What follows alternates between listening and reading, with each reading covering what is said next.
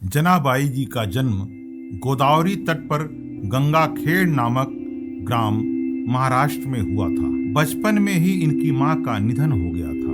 उनके पिता उन्हें भगवान विट्ठल के दर्शन के लिए पंढरपुर लाए और वहीं उनकी मृत्यु हो गई। जनाबाई जी के हृदय में भगवत प्रेरणा से यह बात आई कि कोई भक्त अगर उन पर कृपा कर दे तो उन्हें भगवान का साक्षात्कार हो जाएगा। इसलिए जनाबाई जी ने 8 वर्ष की आयु में नामदेव जी महाराज के यहाँ सेवा करना स्वीकार कर लिया। नामदेव जी भजन परायण थे और निरंतर भगवान के नाम में डूबे रहते थे। नामदेव जी जैसे महात्मा के यहाँ सेवा मिल जाना मतलब स्वयं प्रभु की सेवा से भी बड़ी सेवा मिल जाना था। जनाबाई जी के हृदय में एक ही बात थी कि वे नामदेव जी को प्रसन्न कर ले। जनाबाई अब नामदेव जी के पूरे परिवार की तन्मयता पूर्वक सेवा करने लगी। वह उनके घर के सभी कार्य जैसे कपड़े धोना, आटा पीसना, भोग तैयार करना, बर्तन मांजना, झाड़ू पोछा करना इत्यादि सब स्वयं करने लगी। जनाबाई को सेवा में बड़ा आनंद आने लगा। नामदेव जी की सेवा और संग के प्रभाव से उनका निरंतर नाम जप चलने लगा। जो नामदेव जी जप और कीर्तन करते थे वही जनाबाई जी भी कीर्तन और नाम स्मरण करने लगी। नाम स्मरण करते करते कभी वह पोछा लगा रही होती तो एकदम से उनके हाथ रुक जाते और प्रभु के लिए विकलता प्रकट होने लगी। श्री जनाबाई जी की भाव दशाएं आने लगी और उनके हृदय में भगवान विट्ठल के प्रति प्रबल आसक्ति होने लगी। जब कभी सेवा के बाद कुछ समय मिलता तो वो मंदिर में जाती और ठाकुर जी को देखती रहती। ठाकुर जी को देखते देखते उनको एकदम से विकलता होती और वो रोने लगती। जब आनंद बढ़ता तो वो नाचने लगती। जनाबाई जी की यह दशा केवल श्री नामदेव जी की सेवा से होने लगी। जनाबाई जी सभी कार्य करते हुए सावधानी रखती कि सेवा में कोई त्रुटि न हो। ऐसे जनाबाई श्री नामदेव जी की सेवा में मगन रहने लगी। वह सावधान रहती कि वह अपनी स्थिति में इतना न डूब जाएं कि उनकी सेवा छूट जाए, क्योंकि सेवा भक्त की प्रसन्नता के लिए है और भक्त की प्रसन्नता से ही विट्ठल भगवान रीझ जाएंगे। उनके हृदय की इस धारणा और भगवान के नाम का ऐसा प्रभाव हुआ कि अब उनके आंसू नहीं रुकते थे। सभी कार्य करते हुए उनका अश्रु प्रवाह होता रहता था। जिस स्थिति की बड़े बड़े साधु और उपासक आकांक्षा करते रहते हैं वह जनाबाई को केवल भक्त संघ की कृपा से प्राप्त हो रही थी। एकादशी के दिन नामदेव जी के यहाँ रात्रि में भक्त मंडली एकत्रित होकर कीर्तन करती थी। कोई मृदंग बजाता, कोई करताल बजाता, कोई नृत्य करते हुए नाम कीर्तन करता, कोई प्रभु की आनंदमय लीलाओं का गायन करता, तो कोई एकांत में बैठा हुआ उन लीलाओं और कीर्तन को सुनकर अश्रु प्रवाह करता। नामदेव जी के यहाँ पूरी एकादशी की रात्रि को ऐसा कीर्तन होता और जनाबाई सब संतों की सेवा करके एकांत कोने में खड़ी रहती। वो नामदेव जी और बड़े बड़े भक्तों की भावदशाएं देखती थी तो उनके हृदय में विकलता और बढ़ जाती थी। संकीर्तन के आनंद सागर में वे पूरी रात डूबी रहती थी।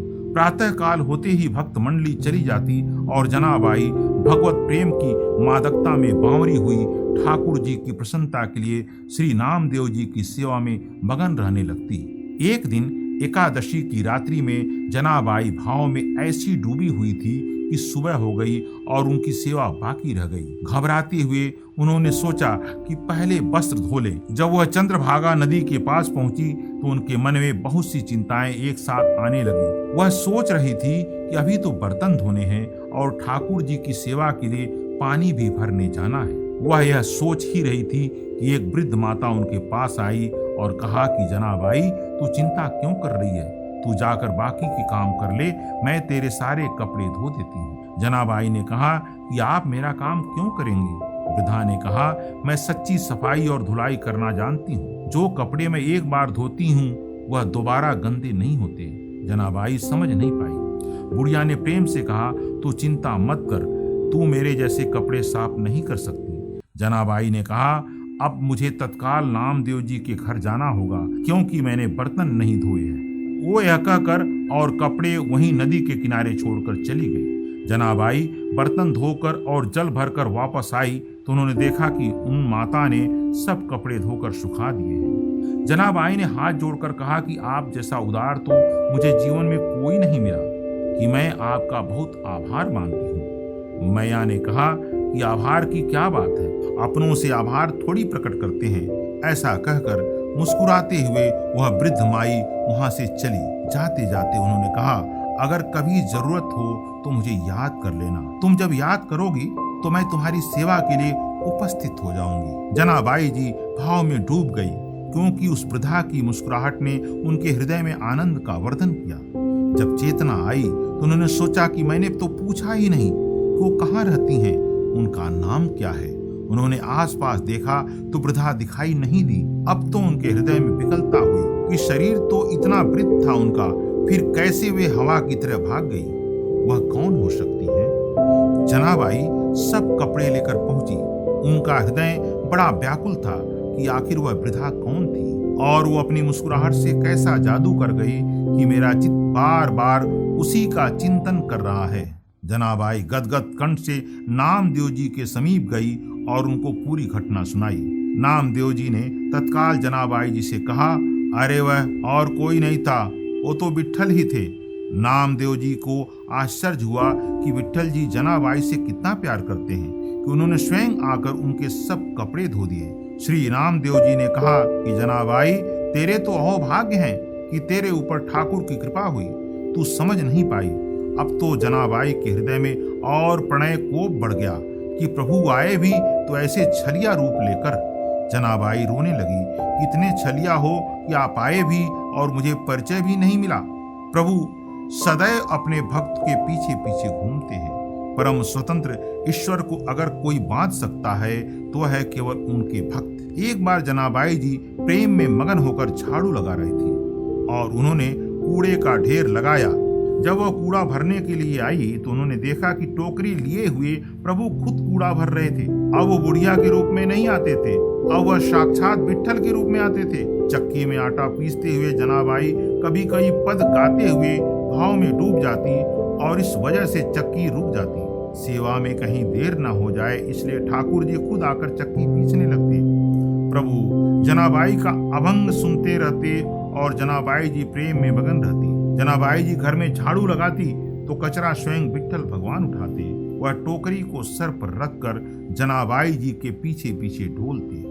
बार बार विट्ठल जी यही कहते हैं कि जनाबाई, मैं तुम्हारा ऋणी हूँ, मैं कैसे कैसे यह ऋण उतार सकता हूँ, मुझे बता दो। तुम मेरे भक्त नामदेव जी की सेवा करती हो। जनाबाई, अगर ओखली में धान कूटती तो प्रभु सामने खड़े होकर मुस्कुराते रहते। यह सब भक्त नामदेव जी की कृपा से हुआ। वो कहती कि जब मैं नामदेव जी की दासी बनी, जब उनकी सेवा की तो मैंने पाया कि दूसरा कोई है ही नहीं, एकमात्र मेरे विट्ठल ही चराचर जगत में व्याप्त हैं। वे सदैव मेरे सहयोग में हैं, मेरी सेवा में मेरे समीप हैं। यह सब मैं नामदेव जी की दास्ता से जान पाई। एक दिन भगवान विट्ठल का बहुत महंगा आभूषण चोरी हो गया। जनाबाई जी सेवा करने के लिए मंदिर जाती थी। सबको संदेह हो गया कि जनाबाई जी ने ही वो आभूषण चोरी किया होगा। जनाबाई जी को लोग कलंकित करने लगे कि ये बहुत भक्त बनती है, लेकिन देखो इसने ठाकुर जी का आभूषण चुरा लिया। जनाबाई जी को सभा में बुलाया गया और पूछा गया कि तुमने वो हार चुराया है क्या? जनाबाई ने कहा कि मेरे प्राणधन श्री विट्ठल भगवान हैं, मैं उनका हार क्यों चुराऊंगी? वह खुद मेरे हैं, मुझे हार चुराने की क्या जरूरत है? भक्तों की भावनाओं को तो कोई भक्त ही समझ सकता है।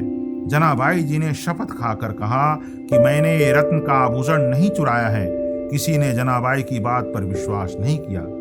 राजा ने जनाबाई को सूली की सजा दे दी। सूली पर चढ़ाने के लिए जनाबाई को हाथ बांधकर चंद्रभागा नदी के तट पर ले जाया गया। जनाबाई जी के हृदय में आया कि बहुत बढ़िया, जैसी विट्ठल की इच्छा। वह बस विट्ठल विट्ठल जपने लगी। जैसे जैसे वह विट्ठल बोलती वैसे वैसे सूली पिघलती जाती। ऐसा होते होते पूरी सूली पिघल गई। सब आश्चर्यचकित हो गए। राज सैनिकों ने जनाबाई को प्रणाम किया और उनसे क्षमा मांगी। यह 2 लीला प्रभाव दिखाने के लिए हुई। पहली, जनाबाई जी को कोई भय नहीं था, क्योंकि वह सोच रही थी कि सूली की सजा मेरे प्रीतम का विधान है और मेरे प्रीतम के मिलन के लिए अब ये शरीर छूटने वाला है, तो कोई भय नहीं। और दूसरी बात ये कि एक भक्त कितनी महिमा से युक्त होता है, इससे प्रभु दिखाते हैं कि उनके भक्त को प्रकृति का कोई भी प्रहार विचलित नहीं कर सकता, नष्ट नहीं कर सकता। एक बार कबीर दास महाराज श्री रामदेव जी के दर्शन करने जा रहे थे। उन्होंने देखा कि कुछ शोरगुल हो रहा है, तो उन्होंने किसी से पूछा कि क्या हो रहा है। उन्हें बताया गया कि जनाबाई जी किसी स्त्री से लड़ रही हैं। कबीर दास ने पूछा कि जनाबाई कौन है, तो उन्हें बताया गया कि वह नामदेव जी की सेवा में रहती हैं। वे नजदीक गए तो पता लगा कि लड़ाई गोबर के कंडों पर हो रही है। उनके मन में विचार आया कि एक भक्त कंडों के लिए कैसे लड़ सकता है। वह ऐसे ही आनंद मगन होकर उनका झगड़ा सुनने लगे। वह दूसरी स्त्री कह रही थी, कंडा मेरा है। जनाबाई ने कहा, नहीं, मेरा कंडा है। उस स्त्री ने जनाबाई से पूछा कि तेरे कंडे की पहचान क्या है। जनाबाई जी ने बोला कि कान में लगा के सुनो, मेरा कंडा बोल रहा है, विट्ठल विट्ठल। यह आश्चर्य की बात है। जड़ वस्त से नाम गूंजने लगा। जब सामने वाली स्त्री ने भी सहमति दी कि कंठ से विट्ठल विट्ठल सुनाई दे रहा है, तो कबीर दास जी को भी लगा कि देखा जाए कि यह बात कितनी सच है। कबीर दास जी ने भी कंडे को कान पर लगाया तो विट्ठल विट्ठल सुनाई दिया। उन्होंने जनाबाई जी के चरणों में प्रणाम किया। कबीर दास ने सोचा कि कितने महान हैं नामदेव जी कि उनकी सेवा में रहने वाली दासी के भी ऐसे प्रमाण हैं कि जिस चीज को उन्होंने छू लिया वो विट्ठल विट्ठल होने लगी। जनाबाई जी की नामदेव जी से ऐसी तन्मयता हो गई कि जब नामदेव जी ने समाधि ली तो ठीक उसी दिन कीर्तन करते हुए जनाबाई भी विट्ठल भगवान में